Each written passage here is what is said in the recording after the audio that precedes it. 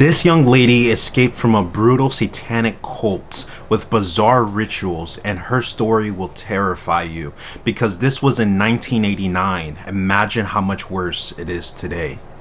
To describe this story as horrifying would be an understatement. And if that sounds like a warning, then that's exactly what it's meant to be. It deals with the sexual abuse of children by satanic cults. And not only that, human sacrifices as well. We started investigating these secret satanic cults when a British Member of Parliament linked them with the ritual murder of children. In this day and age, it sounded too far-fetched, as did suggestions that the same thing might be happening in Australia. But then we met Teresa. She's only 15, and for 12 of those years, she's been the victim of relentless depravity. Teresa's story is both shocking and compelling, yet it's a story she's anxious to tell. But again, we should warn you that parts of this report may be distressing. Friends of the family and strangers and my family used to rape me. Make me abort the babies I had. It would be hard to imagine more misery and suffering than what Teresa says she's had to endure. And us kids would be made to do things with the adults and the animals, and then a sacrifice would happen. The sacrifice, were these animal sacrifices? Animals and people. On what scale do you think this was happening? Enormous, far beyond what we've ever heard of here before. Teresa's mother, Bridget. You're talking about mass murder? Yes, on a scale that this country's never heard of before. Like the old people's homes now, only these are... For the first time, Teresa is learning what it's like to live with love instead of fear. Pretty though. In this quiet English village, with the help of her mother, she's slowly repairing her broken life. Teresa is now 15, but at the age of 2, she was left in the care of this woman, the grandma she called Nan. And that, she says, is when her torment started. Who was the leader? Who was the boss of the gang, of the cult? At home it was my nan. Your Nan made you have sex with animals? Yeah. Like goats and donkeys. The story of Teresa is a story almost too horrible to recount. A case of child abuse that goes well beyond the kind of things we normally associate with the abuse of children. In 27 years of reporting, it has to be one of the most painful stories I have ever had to tell. How many men or how many people would have sex with you? What, at one time? Yes. About everyone who was there, which must have been about 20. You know, from 10 to 20 people. If it was a big ceremony, it used to be 30. What would your grandma be doing when these men were forcing themselves on you? Usually laughing. Or smiling. Or having sex with another man.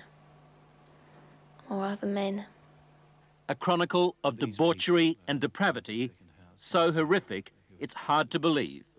You have to ask yourself, could Teresa be just making it up? No. I know what's true and what's not. No, I know what I saw. Children don't make up elaborate lies that this would have to be if it was a lie, which I know it is not. It isn't. This couldn't be a terrible dream, a nightmare that you're reliving?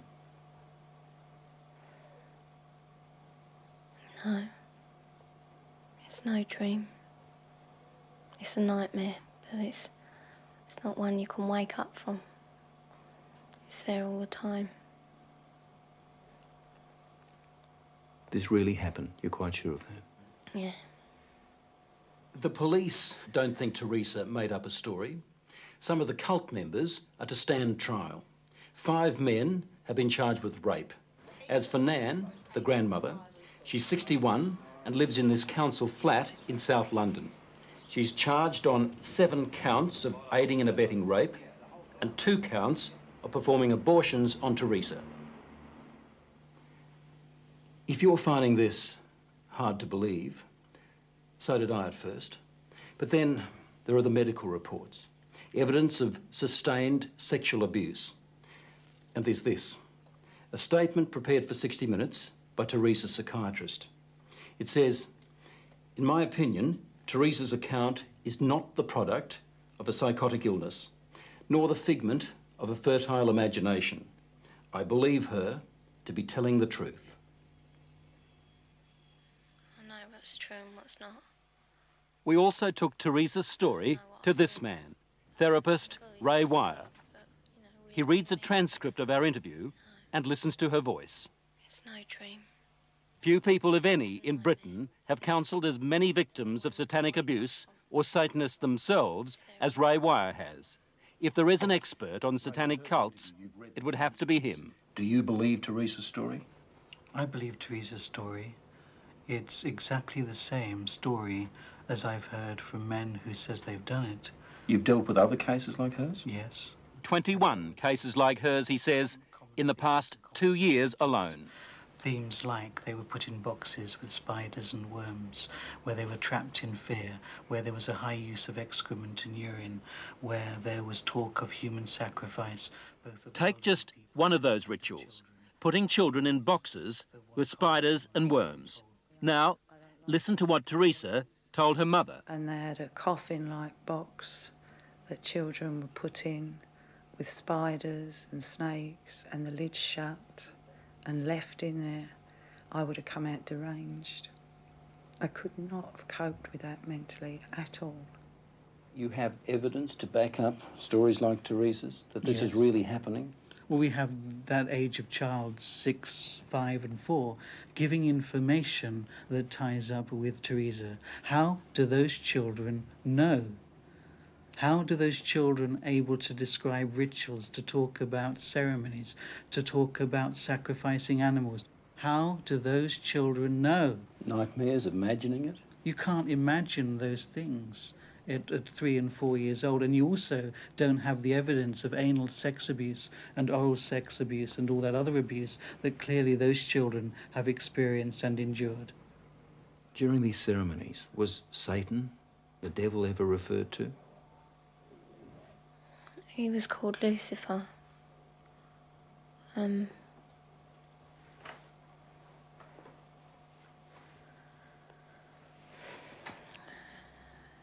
What did they say about the devil, about Lucifer?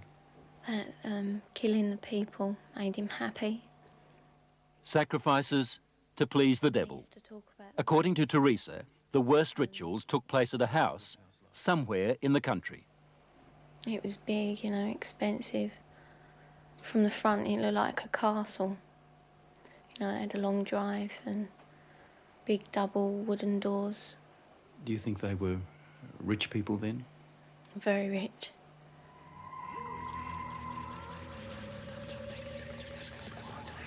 Now, where was this big house somewhere in the country?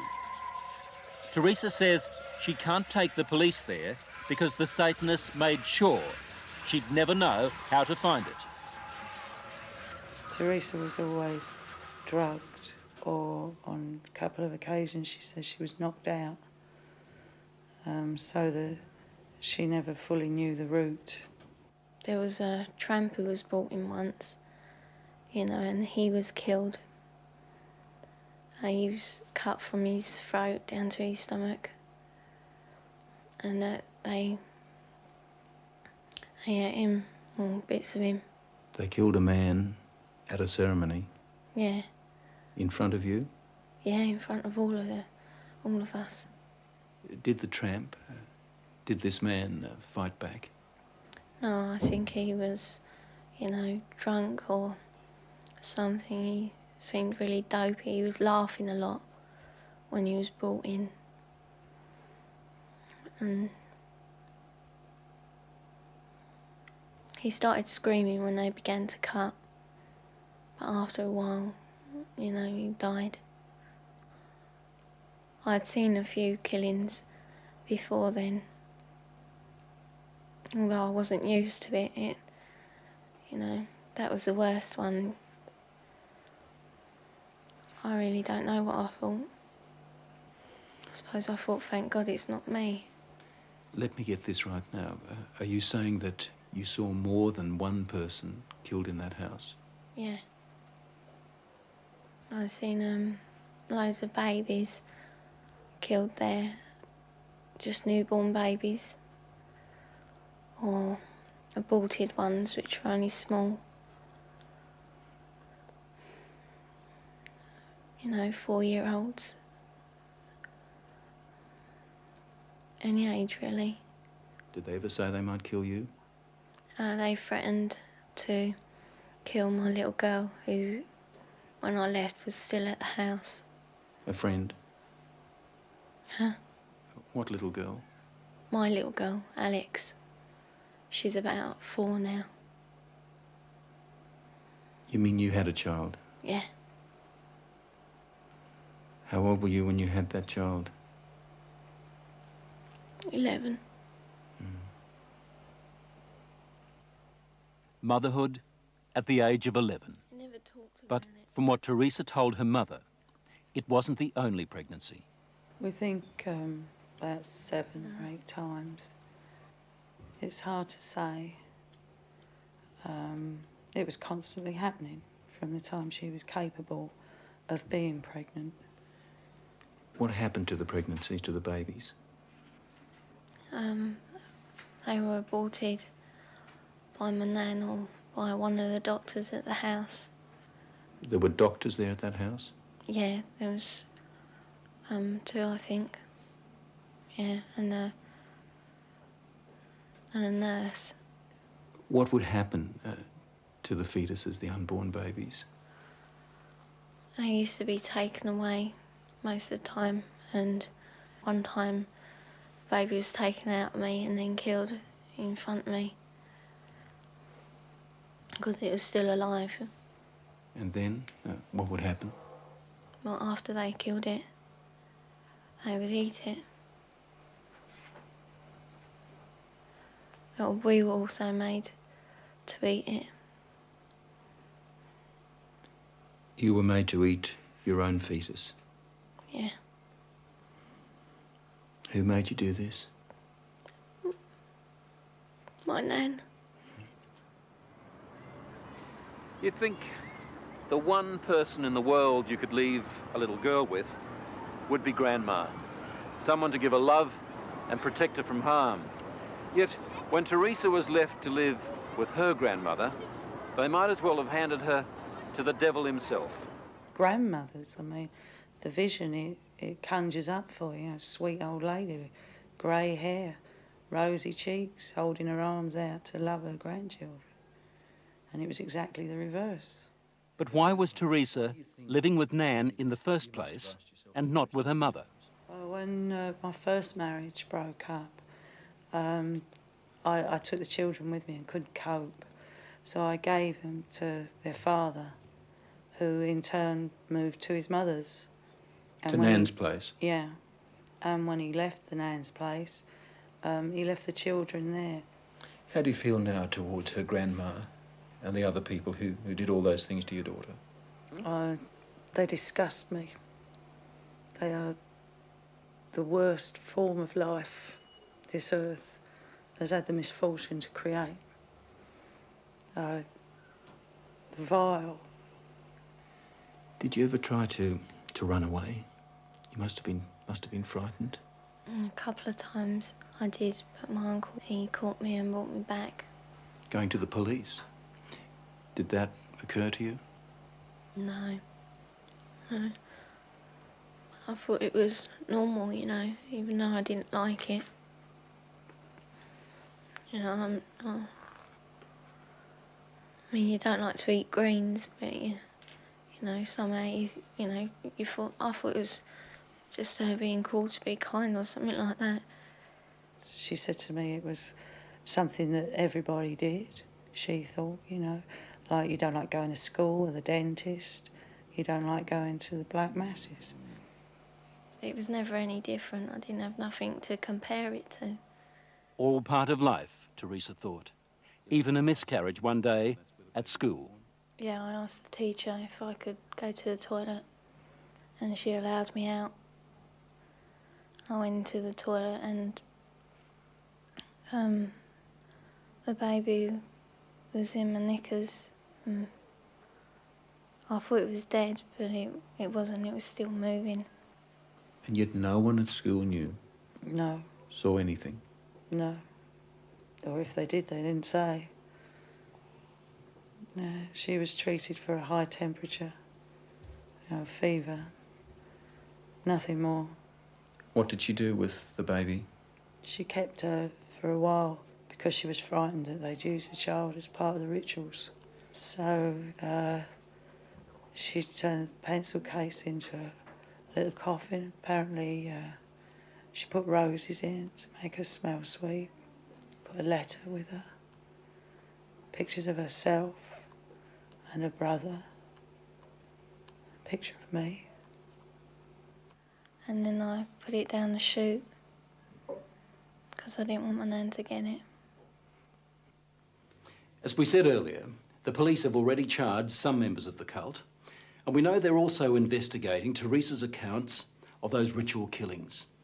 If there were as many as she told us, then the Satanists had a problem. How did they get rid of the bodies? They had a tub, pretty big, I don't know. A very big tub, and they used to put the bodies and bones in there. And it used to go like, fizzy and that. And then there was nothing left. Or there didn't seem to be, but when they cleared it out, there used to be a sludge at the bottom. Teresa's story, her account, doesn't really surprise you. It doesn't surprise me in the light of satanic abuse, no. Do you get frustrated with people who just won't accept that these things do happen? Yes, because I've worked with murderers in prisons for years. Not that long ago, a boy was found in a forest in southern England without a head. We have no doubts that men can do that. And yet when we start talking about men within Satanism who actually believe in evil and it's the right to express evil, we suddenly have a doubt. As I was leaving Teresa's place, she handed me this note. It's addressed to the film crew. She says, "Thanks for bothering to help kids like me. I hope it helps." On the other side, there's a poem Teresa made up while she was staying at Nan's place. She calls it Nothing Left. Nothing left. I would scream, but there is no voice left. I would cry, but there are no tears left. I'd fight, but there is no strength left. That was just part of our investigation of Satanism in Britain. We're also gathering evidence about the activities of such cults here in Australia.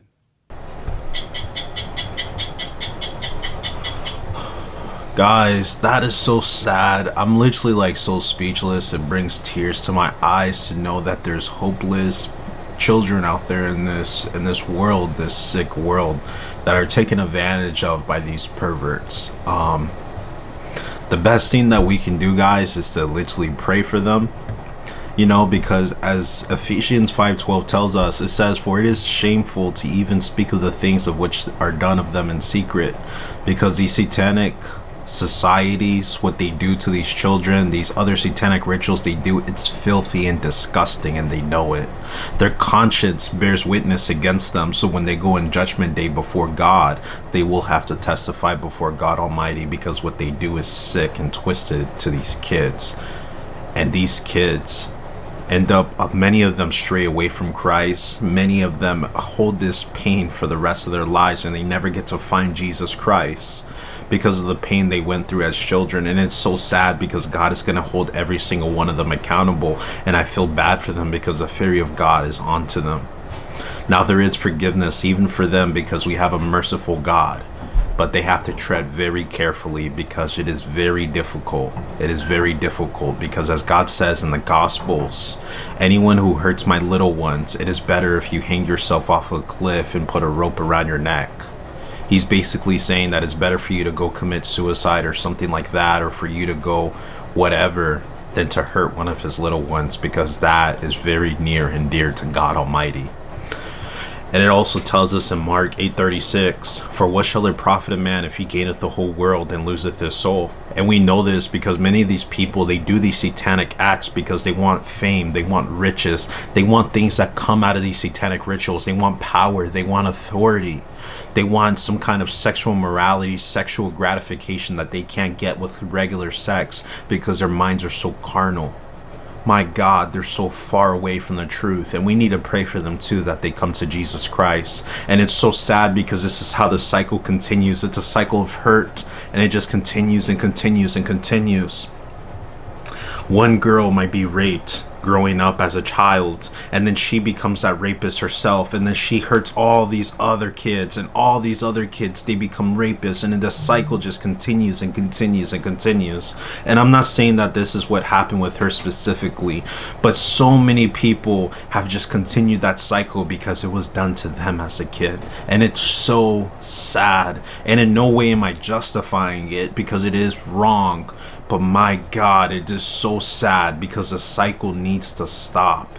It needs to stop. It is very sad, and it's something we're seeing coming on in America today. And I personally, I can say myself, it is a very sad experience, like just thinking about these young boys and girls who are raped every single day. You know, they probably feel so filthy, like all the water in the earth cannot cleanse them from what happened to them. And so I don't want to get too graphic here, but I feel like a lot of people don't understand what happens whenever someone's, you know, sexually assaulted. So what happens whenever a young boy or girl is sexually assaulted, and I don't mean to be really, this is going to be really graphic, guys, but what happens is a young boy and a young girl, they get because God gave this to us, right, for our partners, for our spouses. When we do get married, a young boy or girl might get erected or excited in the heat of the moment, not because they want to, but it's just their body's natural response to it. So you have to understand, as sick as it is, imagine a little boy or girl, their body is getting excited even though they might themselves be in fear to a situation they don't want, and they're being taken advantage of by this pervert. But they must feel so filthy, like all the water in the world cannot cleanse them of this filth.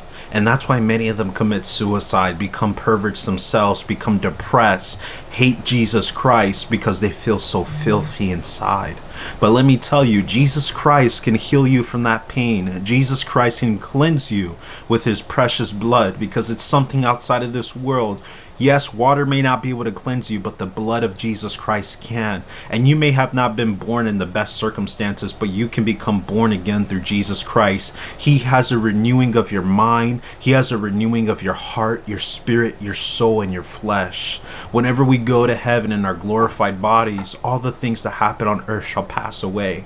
So if you have yourself been essayed, or anyone you know has been essayed, I just hope that you pray for them, and I hope that you can learn forgiveness and to love others, because this is a true reality for many people, and sexual ritual abuse or not, it's a sad reality for people. My heart goes out to people that have gone through essay, because this is a very unfortunate, serious reality that happens today in America and all across the world. I hope that you guys subscribe, like, and comment your opinions below, and I hope that you guys have a very blessed weekend.